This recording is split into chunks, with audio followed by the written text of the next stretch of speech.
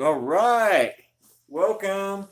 Got my big baby here with me, and we're having a good day. And a lot of news for the day. A Sesame Street movie was announced today. And also, Noah Hawley had been involved in making maybe a Fantastic Four or Doctor Doom movie. And supposedly, after March 20th, there's going to be an update as to whether or not that's going to continue with him or someone else.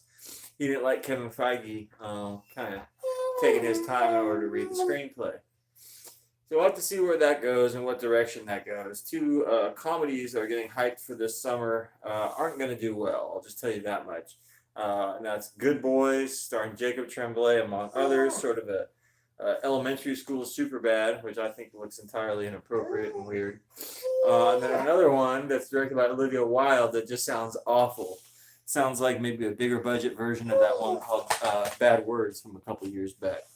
So we got a real vocal dog here and wanted to participate in a nice show here that we're doing, and it's a movie news discussion show, and I'm gonna do some of the Q&A questions that I've received.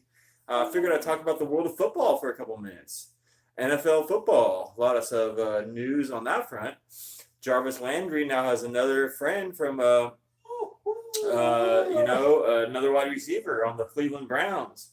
The New York Giants traded Odell Beckham Jr., the prima donna, to the Cleveland Browns. And so within a couple days now, we've had two wide receivers, one that's extremely talented, Antonio Brown, and probably worth it, but getting older, and then one that's a crazy man named Odell Beckham Jr., who played as well himself out of the biggest media market in New York with his selfish act and now become part of the Cleveland Browns. So we will talk sports now and then on the channel, and hope everyone's having a good Wednesday out there.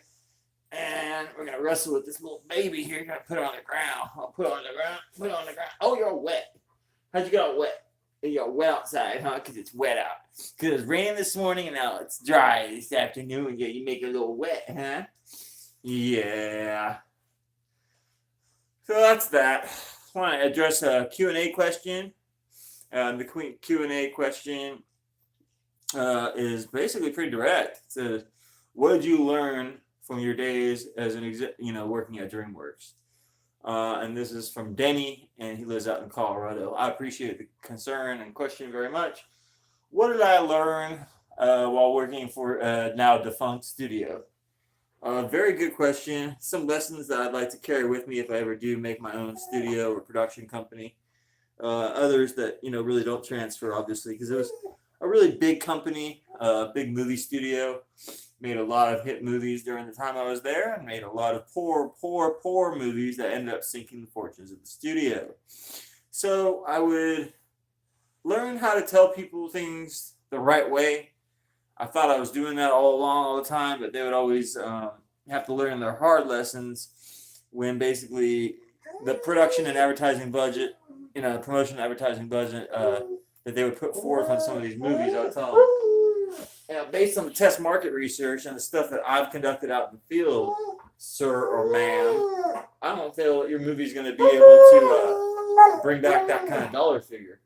Now, a movie like Red Eye, on the other hand, which I helped set up a lot of test market research for, they could listen to me even more, and they did listen to me quite a lot. They moved that movie from being more of a March release to something in August that year.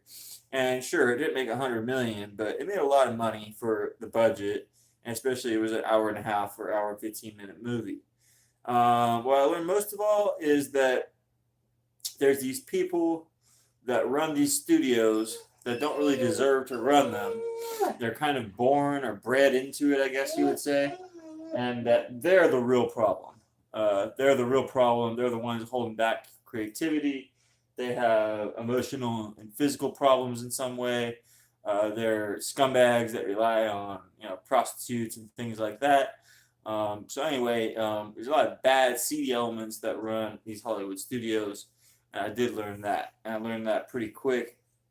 And obviously didn't want to participate too much in a system like that was so morally bankrupt. I mean, obviously I like to have fun and have a good time and stuff like that. But if I'm going to be having a good time while I'm paying a woman and all that, while I should be using that money to, greenlight movies and all that, I feel that that's just a misappropriation of authority, and I'm not trying to throw anyone under the bus, Jeffrey Katzenberg, but obviously there's some bad things that went on at that studio.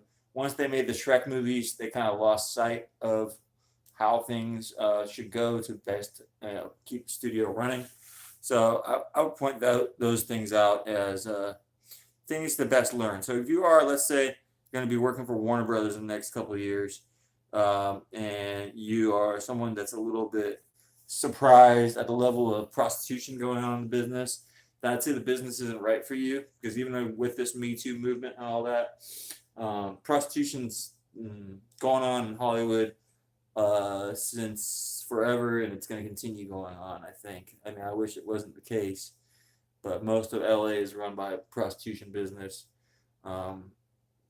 I'm not trying to say every actress or every actor comes from the prostitution world, but a lot of the ones that we haven't heard of and a lot of the things that happen to get movies made have to do with prostitution. And it's really gross, and I can make a 5-hour video talking about it. But I really don't want to be followed. I really don't want people to get mad at me about what I'm going to say, because usually they're trying to silence me. So I basically went pretty far off the radar out here, and that's why I'm making these videos out here, so I can say some more information about how seditious and vicious the movie industry is, just from an outside perspective. It's not like I really cared about any of these people, but there are things that were done at DreamWorks that weren't in the best interest of the movies they were making. Let's just leave it at that. I would say roughly 8 or 9 million of the Tropic Thunder budget went to partying and excess. It was a movie that was supposed to parody the Platoon movies and all that, or movies like Platoon, but yet it spent 5 times the budget of Platoon. So I think they lost their way pretty much with that. When you are parodying something, you should do it more on the cheap. You shouldn't spend as much money as the source material made. So stuff like that. I mean, I could definitely make a longer video about what went on at DreamWorks, but I really appreciate the Q&A question. And the second part of the question is, what was my favorite movie that I worked on, or promotional campaign that I worked on? Well, this was before I was actually in the promotional campaigns. But I didn't really like this movie that much, but I liked what it could stand for, and I liked that the heartland of America was going to get behind it. And clearly it was before the TV show caught on, or TV show was a thing. So it was hard to get people to really get into a football movie that didn't star Denzel Washington. So basically getting people behind the Friday Night Lights version with Billy Bob Thornton, that was a real challenge to me, real challenge to get the people, the studio heads to realize that the Heartland had a lot of assets for them as far as people that want to buy tickets for movies like that. So Friday Night Lights, one of the highest selling movies in the that region, didn't do well on the coast at all. So that got the coastal awareness going, and the Central States awareness going. And the Central States awareness launched movies like Blind Side and all these Christian movies. So I'm proud of that. Proud that I at least brought to the attention they can make a lot of money off of movies like that. So anyway, I'll leave it at that. I made a couple commentaries lately, so please let me know if you're watching these commentaries and if the audio kind of cuts off towards the end. I'm having a hard time recording it at the end. I don't really know what. I'm going to do them more so I can focus on the camera a little bit more, make sure that the audio is recording. Come here. Come here. Come here. Come here. Come here. Oh, Jesus. Why are you making a milk mug, mother? Oh, I got a big dog, and she likes a lot of attention. Let's take more Q&A questions. This is a question. Oh, God. What was it? Oh, yeah. This was from someone named Richard, and he lives in Florida, and he was talking about Richard Gere. And he was like, basically talking about like why Richard Gere's not in more movies and why this and that. And he says, what are my favorite Richard Gere movies? Well, thank you so much for asking. I would say Chicago is one of my favorite Richard Gere movies. It's a great performance by him in it. He plays a song and dance lawyer, Billy Flynn, and he wasn't not nominated for that. He beat out John Travolta for that role and some other people, and I thought he did really good work in that. And then basically that kind of didn't stall his comeback, but he was in Unfaithful, where I don't know, he wasn't necessarily overshadowed, but he didn't really get a whole bunch of credit for that movie. Playing the man trying to uncover why his wife was having an affair, and also killing Olivier Martinez in there. Diane Lane gets the bulk of the credit for that movie, and probably rightfully so. But yeah, Richard Gere after that had a movie directed by Lasse Hallström called The Hoax that did not really catch on with the public. I believe that was 06 or 07. That did not really catch on with the public. And he had another one where he was a stockbroker a couple years back called Arbitrage. That didn't catch on with the public. And then another one where he's more like a homeless guy down on his luck, and that didn't catch on with the public. So it's been a weird 16, 17, 18, 19 years for Richard Gere for sure. Can't really think of a big hit that he's had. So basically a lot of his hits or a lot of his notable movies came, with Pretty Women in the 90s, some movies in the 90s, but a lot that flopped, such as Interception, Red Corner,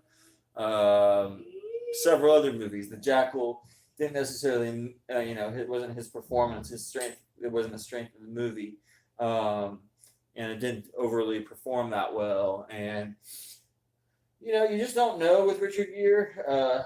I'd like to see him make some other movies and advance, and take on some grandfather type roles. But I think his appeal was when he was a younger man, and he's kind of like one of these women actresses that while the roles dry up for an attractive woman actress at a certain age, and that's kind of the case with him. He had his rogue cop type movie like No Mercy. He had Final Analysis. He had several others, and he's kind of, I guess, gone through all the different incarnations of his career, and the grandpa phase is not really going to be one he's going to explore too much. Maybe it's his own vanity, but or maybe it's just something else too that there's not a lot of movies he wants to make. So not too sure, but there were some movies along the way that really derailed him from being taken seriously as an actor. One called King David, where he literally played King David. It sounds so ridiculous, but he did play King David in a movie. I've never seen it and don't really want to. If I did see it, I probably would be like, what the heck is this? But you never know. I mean, maybe King David's one of the best movies ever made and everyone was wrong about it. But somehow I think it's really bad. I just haven't seen it just yet. But anyway, I'm a fan of some of Richard Gere's movies. I wish he was in some more, but you can't help out those that don't want to accept roles, grandfather type roles and stuff. He was just in one where he played the father of a son or daughter that's getting married, and there's a surprise in it. I believe that was with Salma Hayek too. I think it was called The Dinner Guest or something. I may have the title wrong, but if anyone's seen that, go ahead and let me know in the comments. Go ahead and tell me also in the comments if you like Richard Gere, if you've enjoyed his performances overall, or do you think that he's just not the best actor? I'd like to know what people's opinion is of Richard Gere, and I appreciate it very much. All right, next movie I want to talk about is, I do these things where I show the DVD and do a brief discussion on them. Wilford Brimley has a very memorable role in this thing, and I had been watching a lot of Sidney Pollack movies, not really realizing they were all Sidney Pollack movies. I watched Bobby Deerfield, and I watched The Way We Were. It just so happens I put this on, or I saw it at the Goodwill store and decided to buy it. And man, I mean, I don't overly know if I understand it all, but I'm going to try to watch it again. I didn't really overly like it when I first saw it, but now I find that I harken back and like it quite a lot. One thing I think it's kind of strange is that Paul Newman was nominated for Best Actor for this movie. Don't know if he's deserving of that, but it's pretty much a popcorn movie. Shockingly, the movie is rated PG. It has some sex and some content in it, and it has some things to do with abortion as well. So I would say that's a PG movie that should not be rated PG. It should have been rated a hard R, and they should have probably gone further with this stuff. In America, can a man be guilty until proven innocent? Suppose you picked up this morning paper and your life was a front page headline. Everything they said was accurate but not true. What does that even mean? This is the dilemma that must be faced in this timely drama about the incredible power of the press. He reads in the paper he's the subject of a criminal investigation. Suddenly, he has ever worked for is in jeopardy. Everything he's ever worked for is in jeopardy. Uh, he confronts the author, Sally Field, who's a relentless investigative reporter, and together they learn the story was purposely leaked as part of a plot by the chief investigator. Gallagher's light hangs in the balance as he and Uncarter try to uncover the truth. Well, they really give away a lot, but they also hide some stuff in this description. This is when Columbia was hitting at a pretty high level. I believe they made Kramer vs. Kramer a couple years before this, and this movie's nearly 2 hours long. It was a very profitable movie, a pairing of Sally Field and Paul Newman. They have chemistry together, but obviously there's a generation separating them in age, and that's kind of odd, obviously, but that's the way things happen on movies. The setting of Miami is kind of interesting, but they don't go full bore into the mob and everything. They kind of just beat around the bush with it, so I found that to be a little odd. But anyway, I really recommend this movie, just in terms of a thriller and like the ending. Maybe it reveals a little bit more about it that I still don't understand. So it's not like gonna change your life or anything, but it's a good thriller, and I thought I would recommend it. All right. So what I'm asking for the viewers on the channel, go ahead and send some information about the movies that you like, what you'd like to see me cover. If you have suggestions of movies that you'd like to see me review, by all means, I'm very excited to take part in your suggestions and everything like that. So that being said, I'll go ahead and try to do a commentary or a video a little bit later on. And y'all have a great day. Good afternoon out there.